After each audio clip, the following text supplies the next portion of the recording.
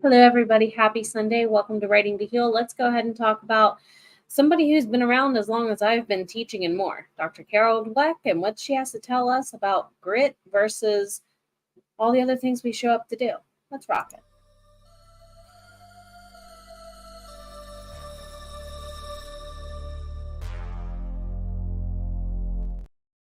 Hello there, everybody. Welcome on back to Writing to Heal. I'm Jenna O'Malley, your soul writer, author of sci-fi fantasy with dashes of romance and nerdy references, such as the Myrna Annals. Oh my goodness. So let's go ahead and talk about what we can do with our writing lives that's healing us and helping us potentially, therefore, healing the readers, followers, and whatnot we serve, okay? Definitely. Dr. Carol Dweck's been around in my career as a writer for as long as I've been a teacher.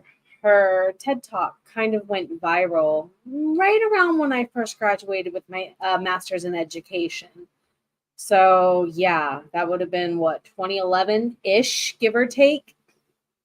And what she became known for was in her studies looking at what dictated whether or not somebody performed a certain way regardless of where they started in life.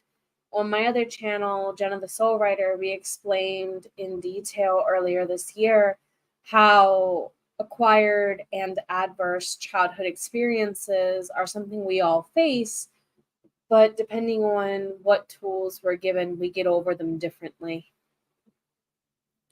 Dr. Carol Dweck said there's one thing in common when looking at a bunch of high schoolers and how, regardless of their socioeconomic standing, regardless of a number of things that many of us, me included, had working against us from where we started as adults at the age of, insert the age of legal adulthood in your country, because here in the US it's 18, but I know in other countries it's give or take not 18, you get what I mean?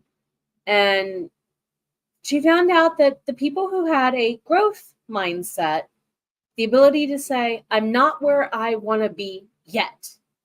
That's the key word, yet. Those were the people who, regardless of where they began, were able to be successful in life. Now, I'll admit, it's okay to not be okay, and it's okay to be grittier at different points in your life. That's part of growth mindset.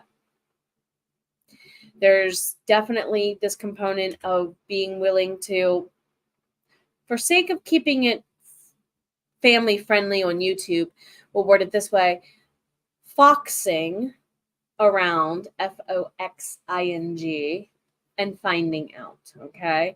Think of the nature of the fox. In most tales, they're mischievous, they're cunning, but really that can come from a place of just curiosity. So kind of like a fox, not necessarily in a mean way, but in a good for you, healthy way. Catalyze your curiosity for your better, not just your safety, okay? You can bet that the fox does what it does because it has to sometimes for its safety, not just for its growth. That's why I think learning how to be steady is way better than being stable. In my opinion, learning to be stable can risk that I live in my comfort zone too much. And as a lot of my mentors are often reminding me, it's okay to push your boundaries and get out of your comfort zone to grow. That's part of growth mindset too. Learning, yeah, this sucks, but it's only going to suck temporarily. And I encourage you to be super gentle when you're when you're doing that part of the grit process. You're to be gentle on you. Okay? You are doing actionable steps daily just by showing up. It takes a lot of guts to do that. To hold your space for yourself and no one else first is hard. You kind of can't expect people to follow you until you do that step. So you showed up. Okay, growth mindset says, congratulations, level 1 unlocked. Let's take a breath. What's level 2? Notice how I said that let's take a breath, got curious again, and then you look into doing the action, okay? It is so totally okay to make sure that as part of your journey, you're including that breath. It's okay. I actually went later. As you can tell, I'm having issues with talking today. I have the air purifier on blast because my allergies are way out of sync. So we're actually doing this later. I almost had to cancel because of not feeling well, but I said, I can't not show up. I showed up a little late, but I couldn't not show up, not with the topic today. I had to model it. So thank you for being here, live or on the replay. Now, I want to give you an actionable step. I saw a concept that takes a tool I love well, the GYST, G-Y-S-T list. Get yourself together, get your stuff together, get your words I'll get in trouble for saying on YouTube together. They took that S word and took the explicative version and gave that its own acronym. So, yeah. What are you doing for yourself?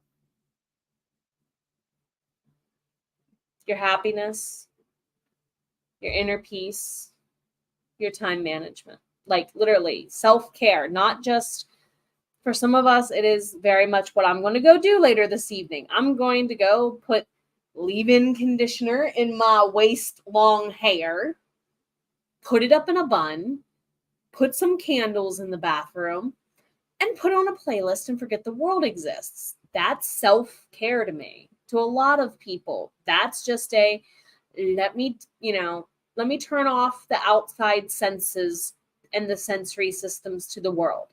That's kind of why part of me would love to do a sensory deprivation chamber, but I'm terrified to do a sensory deprivation chamber for the same reason, But I kind of like to set up my bathtub time to be just chill, clear the brain, things of that nature. This is true. This is true. Hugs. Thank you for being here still, though, my friend. So do something for yourself. Hopefully it's something that makes you happy. Does it bring you inner peace? And can you make more time for it? Get gritty about you.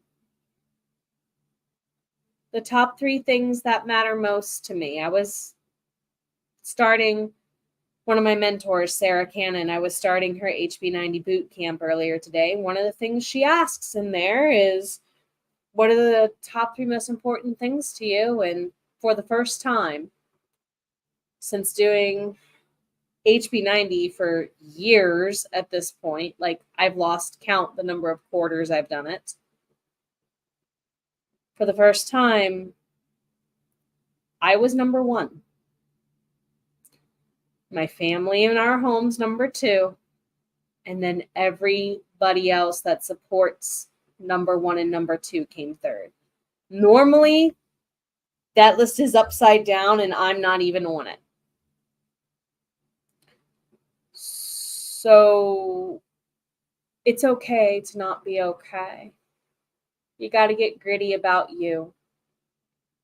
We're all watching, waiting, and ready to learn how you plan to show up so we can cheer you on through it. And that's one thing I love about this community. Yes. In your pace and your time in my stride, my friend, get gritty about you. Because guess what? You've been worth it from the beginning. And so is your voice.